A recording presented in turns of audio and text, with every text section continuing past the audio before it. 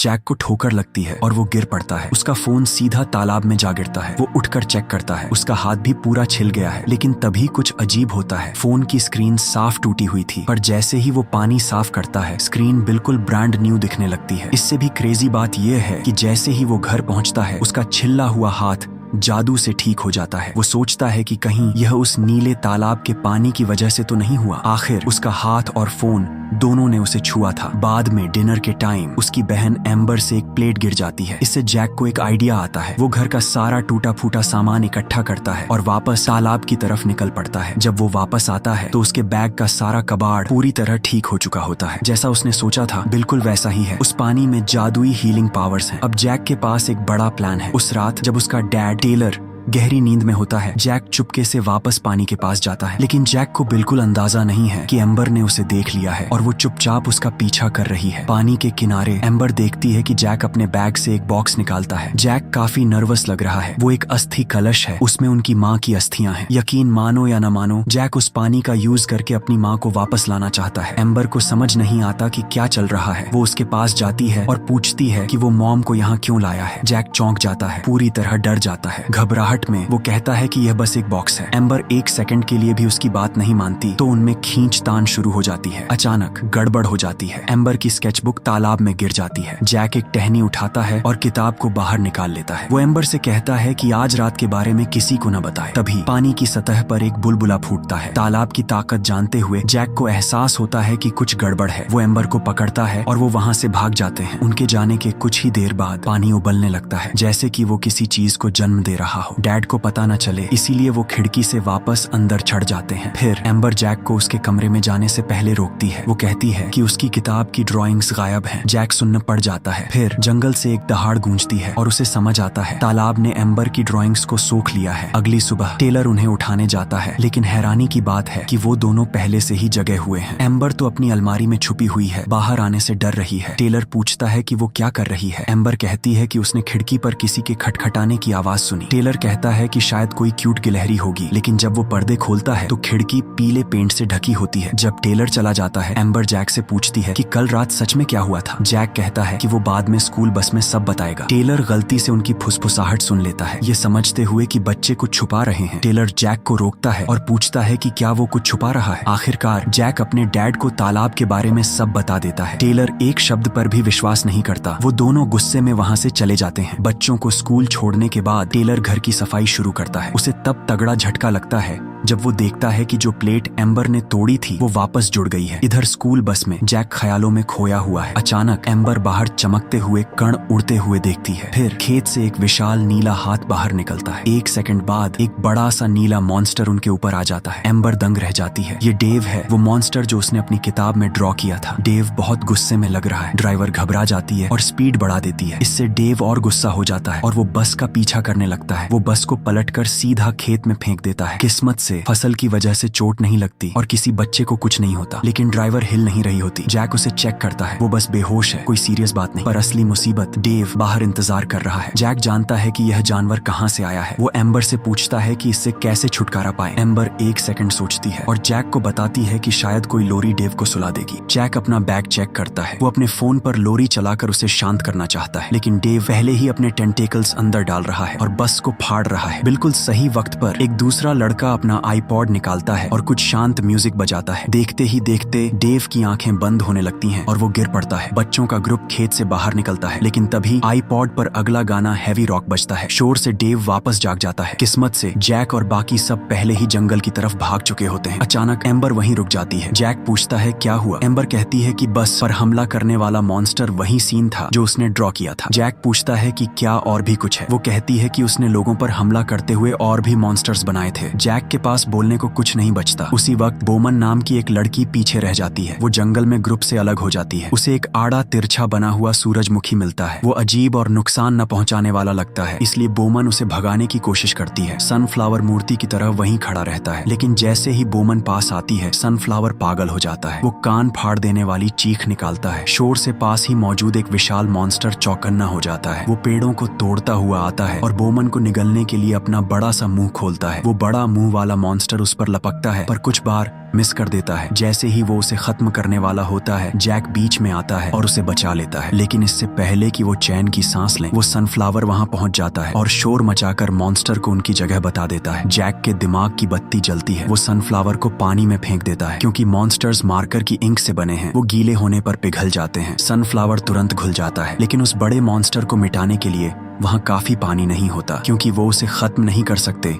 Amber side में एक पत्थर फेंकती है। इससे मॉन्स्टर दूसरी तरफ चला जाता है और उन तीनों को भागने का मौका मिल जाता है। इधर टेलर उस प्लेट को घूर रहा होता है, समझने की कोशिश कर रहा है कि यह कैसे हुआ। अचानक उसका फोन बजता है। वो हर जगह ढूंढता है और उसे कैबिनेट के नीचे छुपा हुआ पाता है। और भी अजीब बात यह है कि उसे कमरे के कोने में एक कप दिखता है। कप के ठीक पीछे एक रहस्यमयी लाल गेंद होती है। फिर पता चलता है कि यह एक और मॉन्स्टर है जो एम्बर ने बनाया था, जिसका नाम आर्डर है। आर्डर को खत्म करने के बाद टेलर की बहन लिज उसे एक खबर देती है। स्कूल से फोन आया था, पुलिस को क्रैश हुई बस मिल गई है। जब तक टेलर और लिज वहां पहुंचते हैं, जैक और बच्चे वहां से जा चुके होते हैं। डेव भी गायब हो चुका होता है। वो दोनों बच्चों को हर जगह ढूंढने लगते हैं। प्लेट और आर्डर वाली घटना के बाद टेलर आखिरकार जैक की हर बात पर यकीन कर लेता है। अचानक एक छोटा जानवर सड़क पर आ जाता है, जिससे उन्हें जोर से ब्रेक लगाना पड़ता है। पर जब वो बाहर निकलकर चेक करते हैं तो वहाँ कोई नहीं होता। अचानक कार के ऊपर एक छोटी ऑरेंज बिल्ली दिखाई देती है। वो थोड़ी अजीब लग रही होती है। टेलर लिज को उसे छूने से रोकता है, ये कहते हुए कि यह बिल्ली खतरनाक है। लिज को नहीं लगता कि एक बिल्ली इतनी खतरनाक हो सकती है, लेकिन इस बिल्ली के 6 मकड़ी जैसे पैर हैं। यह पहले हार्मलेस लगती है, लेकिन असल में यह बहुत एग्रेसिव है। उनके देखते ही देखते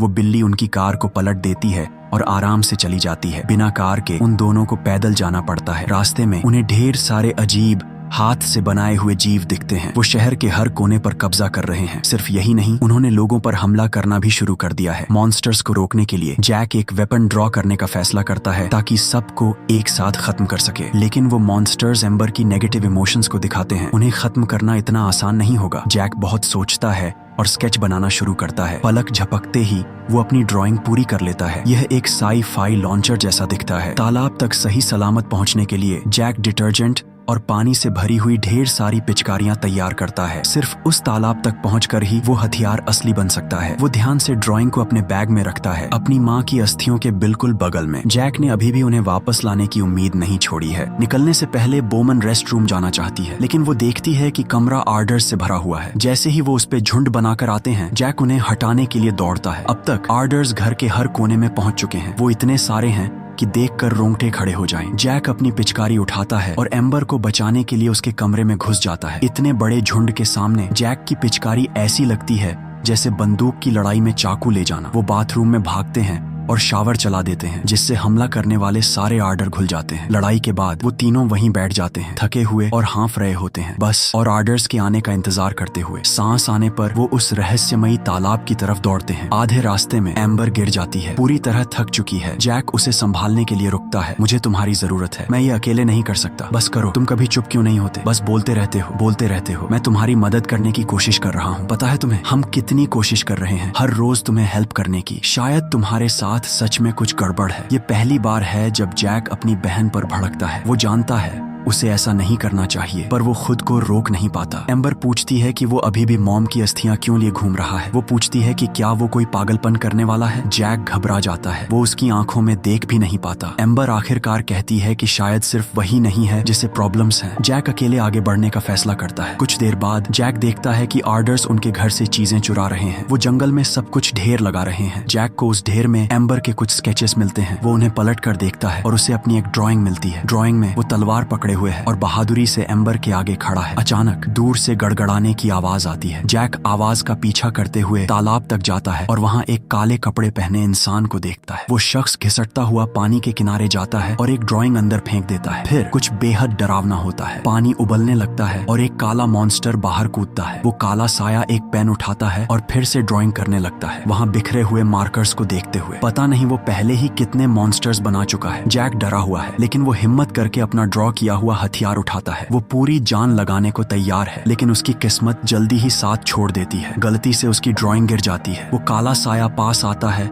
ड्राइंग उठाता है और उसे देखता है। उसका अजीब सा चेहरा गुस्से से लाल हो जाता है और वो जैक की ड्राइंग के टुकड़े टुकड़े कर देता है। वो मॉन्स्टर क्या है ये जानने के लिए जैक वापस एम्बर और बोमन से मिलता है। एम्बर जैक को बताती है यह मेरी अपनी परछाई है। ये एम्बर का डार्क सेल्फ पोर्ट्रेट है जिसका नाम द ब्लाइंड वन है। यह डार्क और मतलबी है और दुनिया खत्म करने के लिए मॉन्स्टर्स बनाने में लगा है। जैक एक पल सोचता है और कहता है वह तुम बिल्कुल नहीं हो। तुम स्मार्ट हो, फनी हो और तुम सच में लोगों की परवाह करती हो। जैक पास जाता है, जो ड्राइंग उसे मिली थी उसे दिखाता है और एम्बर से कहता है यह हो असली तुम। एम्बर हल्का सा मुस्कुराती है। वो जैक को बताती है कि यह माइनक्राफ्ट की डायमंड स्वॉर्ड है। जैक उसकी तरफ देखता है और अपने गुस्से के लिए माफी मांगता है। भाई बहन आखिरकार सुलह कर लेते हैं। द ब्लाइंड वन का ध्यान भटकाने के लिए बोमन चारा बनती है। वो द ब्लाइंड वन को चिढ़ाती रहती है, उसे दूर ले जाने की कोशिश करती है, लेकिन बोमन को एहसास नहीं होता कि जंगल पहले से ही मॉन्स्टर्स से भरा पड़ा है। वो मुड़ती है और अपनी जान बचाकर भागती है। बोमन मॉन्स्टर्स के झुंड को दूर ले जाती है। जैक और एम्बर को लगता है कि प्लान काम कर गया। वो वेपन ड्रॉ करने के लिए फिर से तालाब की तरफ जाते हैं, लेकिन उन्हें पता नहीं चलता कि द ब्लाइंड वन ने कभी तालाब छोड़ा ही नहीं था। कोई और रास्ता न होने पर जैक द ब्लाइंड वन पर आग से हमला करने की कोशिश करता है, लेकिन मॉन्स्टर को आग से बिल्कुल डर नहीं लगता। उसका सर जलाने से भी वो नहीं मरता। जैसे ही द ब्लाइंड वन जैक को खत्म करने वाला होता है, एम्बर आखिरकार वेपन ड्रॉ कर लेती है। ये काले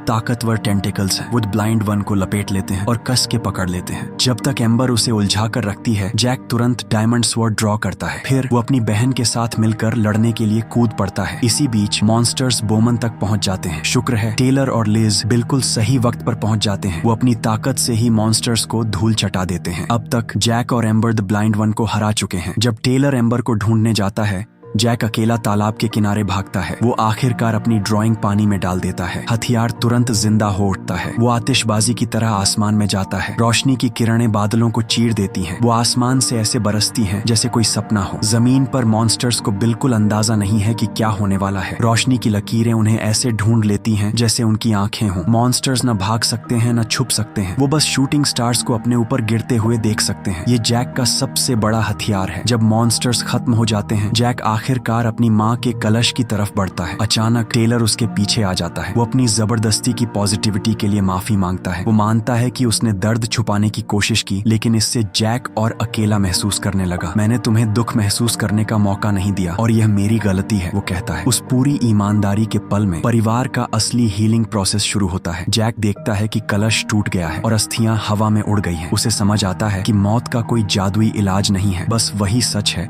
जो लोग उसके साथ खड़े हैं। एम्बर को एहसास होता है कि वो बुरी इंसान नहीं है, भले ही वो डरावनी चीजें ड्रॉ करती हों। वायट परिवार आखिरकार अपने दुख को अलमारी में बंद करने के बजाय उसके साथ जीना सीख लेता है।